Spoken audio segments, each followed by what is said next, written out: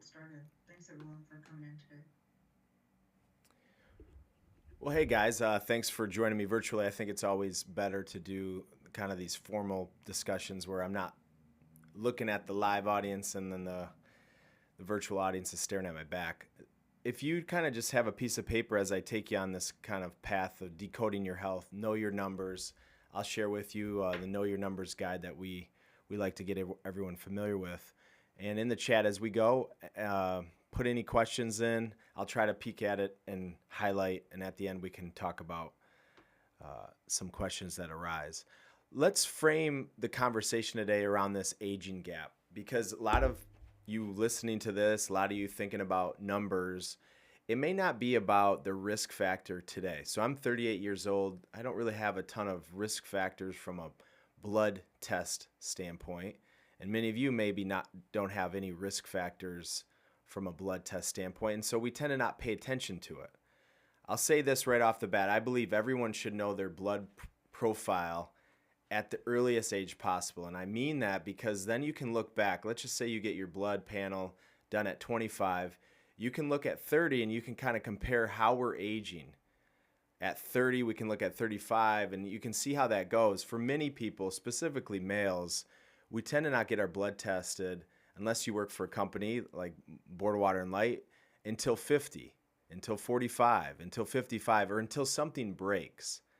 And so I like to share kind of this aging gap graphic because when you look at the top line, the green line there, you see as you age, you can age pretty gracefully into your 90s, into your 100 if you have a healthy lifestyle. So the green is a healthy lifestyle, and the red is an unhealthy lifestyle. And so many people wait for the blood test or the blood work or the doctor or the health professional to tell them, hey, it's time to change courses. I want to show you this because we have actually a lot more detection, a lot better ways to decode our health, to pay attention to these cues way ahead of the blood work. So the Know Your Numbers will be the end of this presentation, but before Know Your Numbers, your body's always talking to you. So what you do at your 20s is what you see in your 30s. What you see in your 30s, or what you do in your 30s, what you see in your 40s. And so what I'm seeing in my world, people come to see me at 45, 50, 60, and they just kind of say the same thing. I don't know what happened. I'm on 3 to 4 medications. I can't sleep. I have a lot of stress or anxiety. I've gained weight. My hormones are a mess. Doctor wants to put me on medications. The truth is, it's our lifestyle that we have control over. Some of these cues and clues I think we need to be more familiar with, but Is now joining. decoding our health to me begins with this idea that we can age gracefully if we live this healthy lifestyle. And the difference between an 80-year-old and an 80-year-old in these different lifestyles is exponentially different, same age. So it will all come back to the rest, eat, move as we go today, thinking about your world and what you have an opportunity in. Obviously, we're doing the challenge. And last week we did the food demonstration. But your body's always talking to you. And this is, I think, so important, especially for, I think, people that feel like it's genetics or feel like the blood work is off. There's some signs that we didn't pay attention to for the most part. And just like this phone call coming in, if your body's constantly talking to you, your energy's low, you've gained some weight, you have a lot of pain, if we don't pay attention to those things, those are our best cues to change our lifestyle. And it's like a check engine light in the car. If you don't know how to repair a car like myself, I don't know how to wrench on a car. I really hope that check engine light doesn't come on because I don't know what to do. When it comes to our health, mentally, physically, those check engine lights come on and off. But I do think it's our responsibility, if we want the best health, to pay attention to those things. And so before we go down the medication path, or if you feel like you're going down the medication path or have questions on the medication path, it doesn't happen overnight. So acid reflux doesn't happen one day and the next thing you're on a medication. Maybe it began with a little indigestion every 3 to 4 weeks. Maybe from there it went to a little bit of upset stomach or digestive issues, and the next thing you know, we're taking an acid reflux medication daily. Cholesterol, type 2 diabetes, same thing. And so thinking about how do we create a future medicine cabinet? How do we create a medicine cabinet of food? Because food is medicine, but it's also information for the body, and it's love. So you got to do it in a way that you love what you're eating.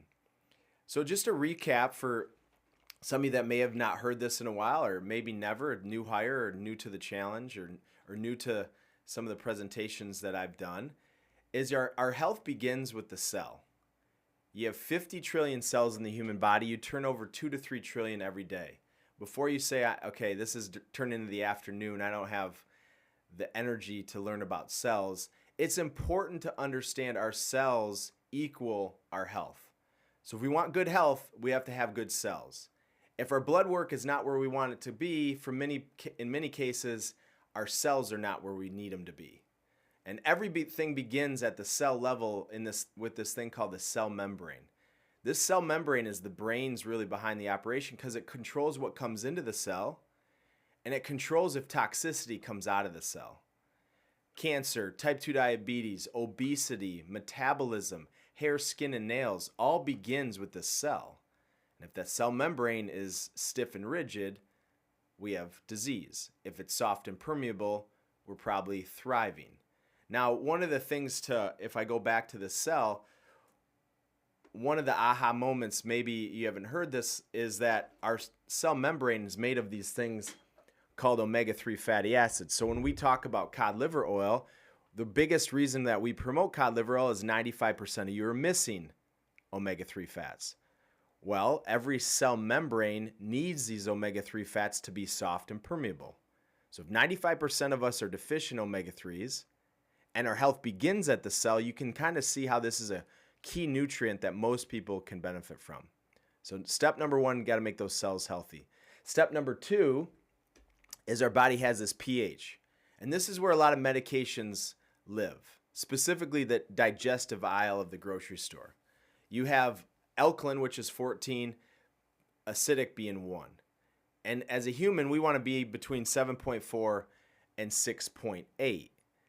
And if we're not in that range, the body uses these buffering minerals, magnesium, potassium, iodine. These are some of those minerals that we already have in our body, calcium, and we use them to get our body back into balance. So let me explain this a little bit further. We live in the acidic side of the world. Stress, processed food, lack of sleep, lack of movement, typical lifestyle in today, 2025. And the body is sophisticated when it gets too acidic that it uses some of these nutrients and minerals that we already have, calcium being one of them. So we have the highest intake of calcium in the world of any country, and yet the United States is always at the bottom of the list from bone health. So it's not about taking more calcium, it's about getting the body more alkaline, getting that pH in order. All digestive issues that come across my desk and I'm working with people all begin with this thing called pH. And so if we're too acidic, for many people we're too acidic, and so the key is how do we get more alkaline? When you're looking at the food target, the idea is the center of the target, the green area, for the most part is going to be alkalizing foods. So lemons, limes, citrus fruits, these are going to be alkalizing by digestion. Vegetables, fruit, to the source foods, these are going to be a lot more alkalizing. So for example, table salt, very acidic, 2 ingredients, versus sea salt, 80 ingredients, very alkaline. You can make those simple upgrades and then the body pH starts to change. Or this is the one that really gets me kind of animated, so many digestive issues. Matt, I'm gluten-free, or I'm gluten intolerant, or I have IBS, or IBS-C, or Crohn's disease, or autoimmune issues. And one of the things that I'm seeing, and I have 3 kids, very sensitive to this in schools, we have more allergies than ever before, and we need to ask the question, why? So if I'm gluten intolerant, not necessarily allergic, gluten intolerant, am I going to the source of the problem by eliminating gluten, or am I covering up the symptom of something else happening, and actually that will start to weaken my immune system, my digestion? See, if I take gluten out of that chip or that cracker, it makes that product more processed.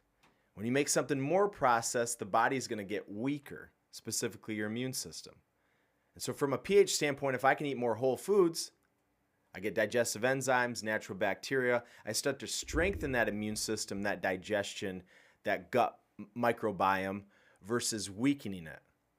I always like to, and you're doing this challenge and there's points for this, but think really closely. Are you having a piece of fruit every day? Are you making foods that are foods that are going to rot, are going to spoil? I talked about potatoes are Prozac in a podcast several weeks ago because starchy carbohydrates like sweet potatoes, baked potatoes, red skinned potatoes, these are the Prozac of food. What is Prozac? Prozac is a medication to deal with depression and anxiety. Well, starchy carbohydrates at the source actually help to produce serotonin, make us happier.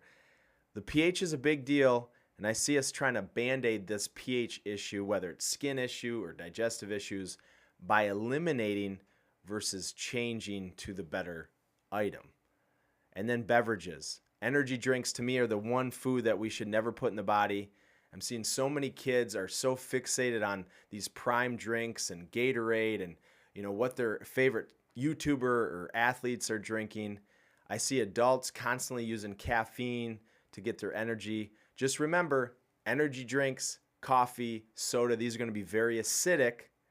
They may not have any calories, they may not have any sugar, but the acidity changes how the body operates. And so consuming beverages, water with lemon, mineral water, these are going to be much more alkalizing beverages to improve the alkalinity. And then from the rest, eat, move. Sleep is important for your pH. Exercise is important for your pH. On the right is a sloth, not a lot of movement. On the left is going to be a cheetah. These things play a role in your pH. Would having iodine in some form help with, I think it says probably pH, magnesium, calcium. So again, I think the idea, and I'll get to this, is instead of saying I need to take more iodine or more magnesium or more calcium, first thing I would do is make sure that I'm improving my pH so I hold on to it. Another reminder, if I take more calcium, doesn't mean that I absorb more calcium if I'm too acidic. And many people, I never recommend taking a calcium supplement. In many cases, I don't recommend taking any mineral supplement. I try to eat foods higher in those minerals, and I'll get to that in a second. Good question. So what we're trying to determine is risk. Those are some of the core foundational principles that we teach to understand that the body can change if we give it the right environment. On your screen here, if you want, or on our website, QR code there, this is the Know Your Numbers I'm going to go over. If you're 25 or you're 65, these are still the same numbers. If you're a male, you're going to probably want to get your prostate checked at some point. If you're a female, you don't need to get your prostate checked. And so these numbers vary a little bit, male and female, but for the most part, these are the top numbers that really give us a full portfolio of how our health is operating. So again, QR code, it's on our website called Know Your Numbers. That's kind of what we're going to go through now. So let's talk with the Big Kahuna. Share of hands, how many of you have had your cholesterol checked in the last 6 months to a year?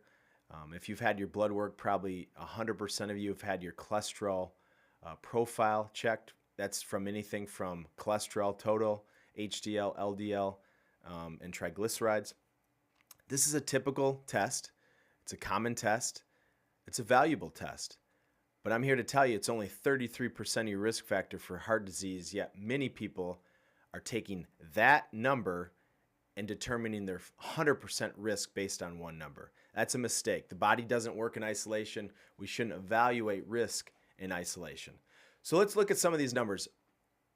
The takeaway here, cholesterol is the most essential molecule the body naturally produces. Let me repeat that. Cholesterol is amazing. I'm going to make it really simple. Cholesterol is amazing. The key is, can we have that cholesterol be in balance? Because cholesterol is doing something for the body. Whatever your cholesterol is today is what the body needs the cholesterol to be. Now, what we should be asking is, why is that cholesterol out of balance? What is it trying to fix? That's the root cause that we should try to go after. Just lowering cholesterol is not going to improve your risk. Remember back to the Mount Everest, you're walking over the edge. What is your risk? Climbing Mount Everest is a pretty high risk. You need to know your risk. The best way to determine risk with cholesterol is this thing called cholesterol to HDL ratio. So what you do is you take your total cholesterol, divide it into your HDL, and that gives you a ratio. For women, it should be 3.5 or less. For males, it should be 4.5 or less. So in this example, just because my cholesterol is at 200, for males, it's a low risk. For females, it's a little higher risk. The other number to pay attention to is triglycerides. This is a mirror of how you eat. Matt, I'm eating perfect. I'm eating so clean. I'm in the challenge. And then if I see triglycerides 150, 200, I'm not being told the truth. Your triglycerides change in a matter of weeks. And so if you're eating properly, that triglyceride number is going to be under 100. And if that triglycerides number is under 100, usually that cholesterol profile is going to be in much more balance. But let's take it even further. Okay, Matt, I'm a female. My cholesterol is 240. Doctor said it's genetics. Wants to put me on a statin medication. Pump the brakes for a second. Your ratio in this case, 240 total, 80 HDL. Your ratio is 3.0. That's low risk male and female.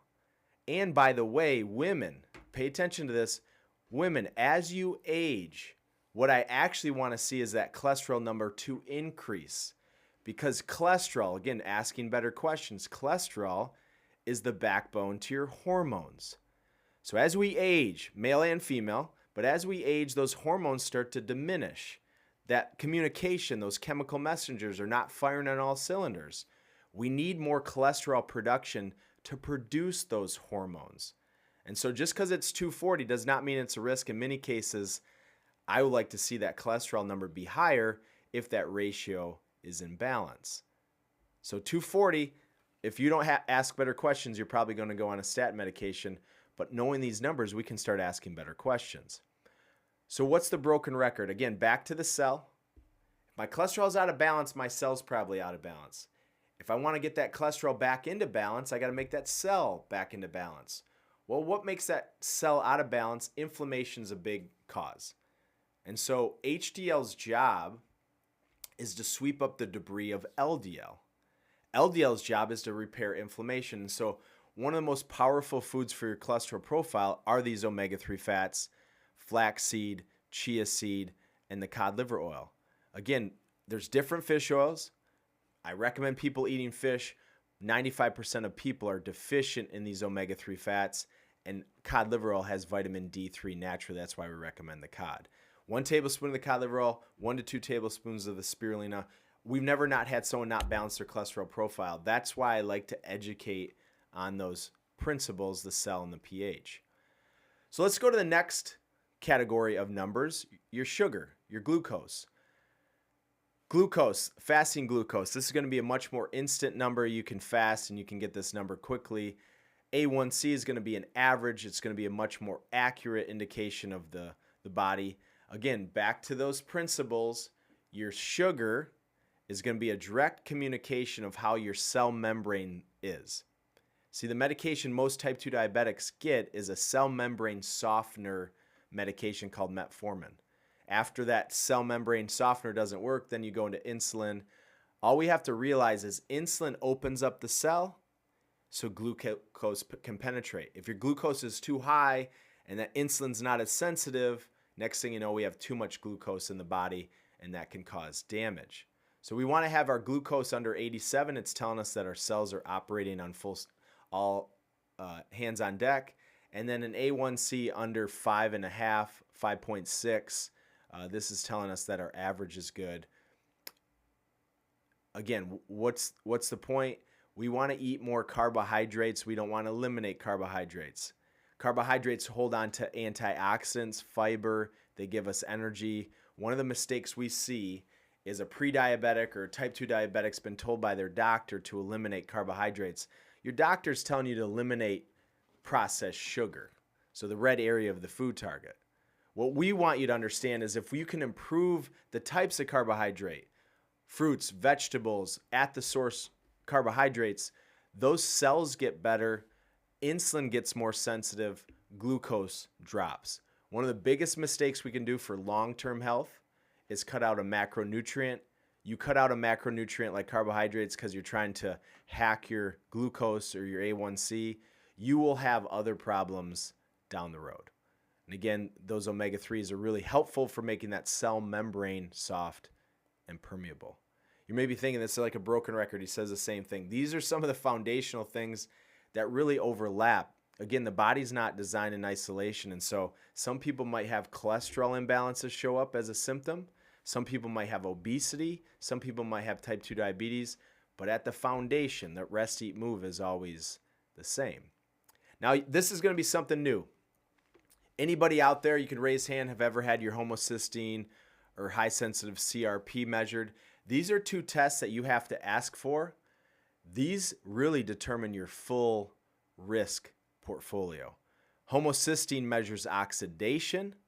High sensitive CRP measures inflammation. So let's start with oxidation. One of the number one diets in the world is to cut out carbohydrates. Well, carbohydrates, unfortunately, when you cut them out, also are the key to antioxidants.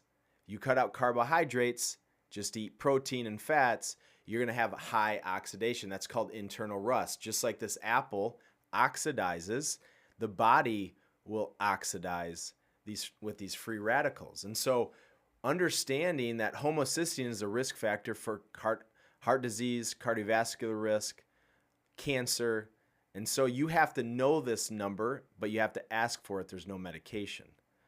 Anything with the color green, which is folate, not folic acid, but folate, is going to be also a very powerful antioxidant to lower that oxidation. And so that's why we talk about our super greens, but spinach, kale, broccoli, alfalfa, anything with the color green, lettuce is going to help to improve that homocysteine number.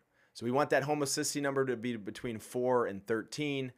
If you're on a ketogenic diet, high protein diet, that number is going to be through the roof, and most people have no idea. So Matt, I look good, I'm losing weight, but under the microscope, if you go inside the body, we have high amounts of rust, and that's a big risk factor for disease. And so to me, this is a big risk factor that nobody knows about, and it's an easy blood test. You just ask your doctor, I want to get my homocysteine checked. The next number is inflammation. Inflammation, we know, is a root cause of many disease and illness, yet we kind of don't know how to evaluate what is inflammation. Is it puffy and red skin? Is it pain? Is it arthritis? It's all of those things. And so the body needs inflammation to repair. Inflammation in acute periods is really critical. You sprain your ankle, you want inflammation. If it's chronic inflammation, that's where the body starts to break down. And so if we start to think about fibromyalgia and pain and gut issues and autoimmune issues, this is a high inflammation caused effect. Stress creates a lot of inflammation, lack of sleep. And so we want that high sensitive CRP to be under 1 for low risk, and for many cases, well under 1. Again, this is chronic inflammation. We got to ask for that test. They won't just do it automatically. Okay, last couple numbers that are critical, male and female, is testosterone. Testosterone is kind of that marker that tells you how you're aging. Total testosterone for females should be between 30 and 95. So a lot of females, they come to see us and maybe they have too high testosterone or too low. And then males, the range when you go to the doctor is between 200 and 1200. If you're on this podcast today, I want your testosterone above 400. That's telling you that you're aging in that green line. Again, your testosterone number is an indicator of how you age. Everyone should know their testosterone like you know your age. Now, here's the key with testosterone. It's not food first. It's not exercise first. It's rest and rejuvenation. The fastest way to improve your testosterone is to make sure that you're getting rest and rejuvenation, specifically 8 hours of sleep. So you need to know your testosterone, understand that your testosterone is critical for having recovery. And for many people, too much stress, lack of recovery, that testosterone decreases.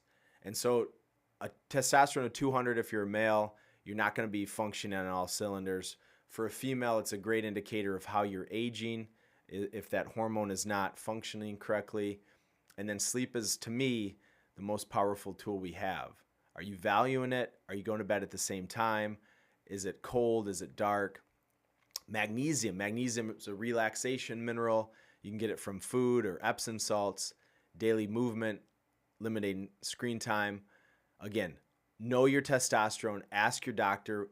They're going to fight you on that because they want to know why. You want to know your numbers so that you can determine your risk. Last piece, these are the non-blood big three. Breaths per minute, resting heart rate, blood pressure. Most people know their blood pressure. A little bit less know their resting heart rate. And I would argue there's probably not many other than I've talked about over the last couple of years with your groups that know your breaths per minute. These are metrics that you can measure without blood on your own to determine how the body's functioning, specifically your nervous system. Breaths per minute. The average American's breathing between 15 and 20 breaths per minute. That's not good for our nervous system. Matt, why is society so anxious? Why are we so maxed out? Why are we going from one thing to the next? Our nervous system's on overdrive. We're breathing shallow. We're breathing too much, and it's putting a lot of demand on the body. So if you breathe with your mouth and your chest, whether you know it or not, it puts you in fight or flight, increases your cortisol. Knowing your breaths per minute is a key indicator. I think Elizabeth said there was a meditation class before we hopped on. We're going to do the breath work. Again, this is a tool that we have at our disposal that we're not really paying attention to like we should. Resting heart rate determines your cardiovascular fitness, determines your nervous system, and then blood pressure. That bottom number is the key. What's the pressure in the heart when you're relaxed? That number is above 80. We have too much stress going on. And so these are three important numbers. Highly recommend that you know these on a 3-month, 6-month basis. Kind of gives you an indication if you need to reset, pause, take a little action. So decoding your health, asking questions, what's my risk? What are the know your numbers?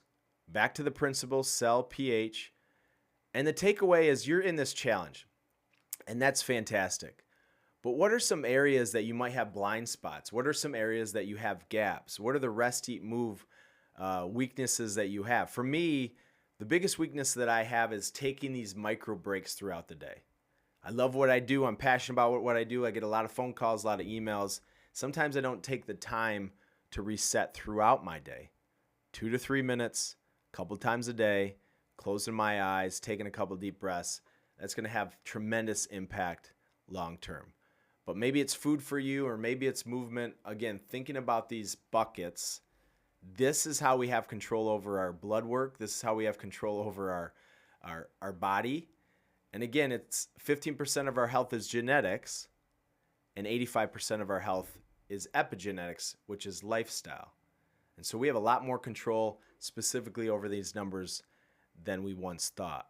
Again, this is your know your numbers. Highly recommend if you haven't got these tests, check them out. And as I wrap up here, again, you're your best health advocate. It's not the doctor's responsibility to ask good questions. It's not the nurse to ask good questions, not to your family members. It's you listening to the body. Am I having a daily bowel movement? Am I going to the bathroom regularly? Am I sweating? Is my energy good? Am I sleeping? These are all signs that we can pay attention to on top of the blood work. The mind and body is always talking to us, but are we listening? If you're feeling anxious and we just keep putting that, to the side, or if that check engine light's on and we put a sticky note over it, we're not paying attention to it. Anxiety's telling us something. And the key is, are we going to listen? Do we want to listen? Know your numbers, but go further. Try to improve those numbers. You get a blood test back, it's not where you want it to be. Don't go just down the medication path right off the bat. Ask some better questions, and then take some of these small steps each time. Again, the body is designed to heal itself if we give it the right environment. I'm looking at your questions. I'll wrap up with this story, and then we'll ask some questions. The Chinese bamboo tree. Chinese bamboo tree is the fastest growing tree in the world. Grows 90 feet in 90 days. But here's the thing. Year 1, it grows not at all. You fertilize it, you tend to it, you pay attention to it, no change. Year 2, nothing. Year 3, nothing. You're still watering it, you're still tending to it. Year 4, nothing. And in year 5, it grows 90 feet in 90 days. I see so much pain right now with autoimmune issues, digestive issues.